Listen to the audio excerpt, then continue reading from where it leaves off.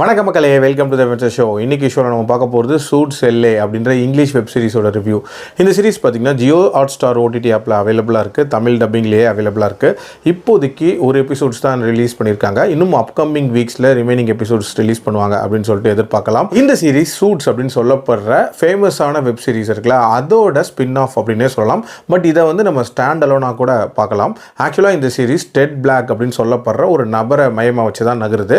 ஆக்சுவலாக இந்த டெட் பிளாக்கும் ஸ்டுவர்ட்டும் சேர்ந்து ஒரு மிகப்பெரிய லா ஃபர்ம் கம்பெனியை வந்து பல வருஷங்களுக்கு முன்னாடி உருவாக்கியிருப்பாங்க. இந்த கம்பெனிக்கு ஏகப்பட்ட ப்ரீமியம் கிளைண்ட்ஸ் அப்படின்றவங்க இருப்பாங்க. இந்த கம்பெனி ரீசன்ட் டைமில் ஒரு மிகப்பெரிய மேர்ஜருக்கு உள்ளாக போகுது.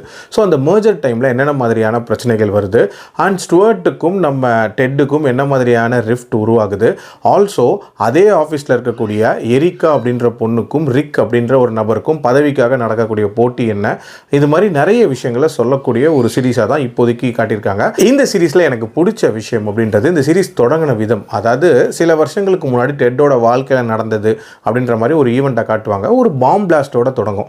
அந்த பாம் பிளாஸ்ட்னால அவரோட லைஃப்பில் ப்ரெசென்ட்டில் என்ன மாதிரியான இம்பேக்டை அவர் சந்திக்கிறாரு, அண்ட் அவரோட ஃபேமிலியில் இருக்கக்கூடிய பிரச்சனைகள், எஸ்பெஷலி அவரோட அப்பாக்கும் இவருக்கும் பார்த்திங்கன்னா டேர்ம்ஸ் அப்படின்றது சரியாக இல்லாமல் இருக்கும்.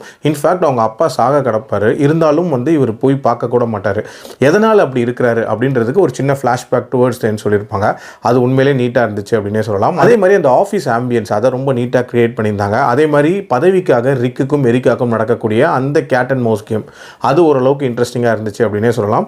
ஓவரால் ஒரு மாதிரி டீசெண்டான லீகல் ட்ராமாவாக இப்போதைக்கு தெரியுது. இன்னும் அப்கமிங் எபிசோட்ஸில் தான் இது எப்படி கொண்டு போக போகிறாங்க அப்படின்றது இருக்குது. பட் இப்போதைக்கு எனக்கு சின்ன பிரச்சனையாக பட்டது என்ன அப்படின்னா, நிறைய கேரக்டர்ஸ் உள்ளே வராங்க. அந்த கேரக்டர்ஸ்க்கான போதுமான டீட்டெயிலிங் இப்போ வரைக்கும் கொடுக்கல. மேபி அப்கமிங் எபிசோட்ஸில் கொடுப்பாங்க அப்படின்னு சொல்லிட்டு எதிர்பார்க்கலாம். என்னோட ரேட்டிங் இந்த சீரிஸ்க்கு 3.2 out of 5. அடல்ட் கண்டென்ட்டை பொறுத்த வரைக்கும் இப்போதைக்கு எதுவுமே இல்லை. அப்கமிங் எபிசோட்ஸில் மேபி வரலாம். ஏன்னா இது ஒரு 16+ சீரிஸ் தான். மீண்டும் அடுத்த விமர்சனத்தில் சந்திக்கிறேன். நன்றி, வணக்கம்.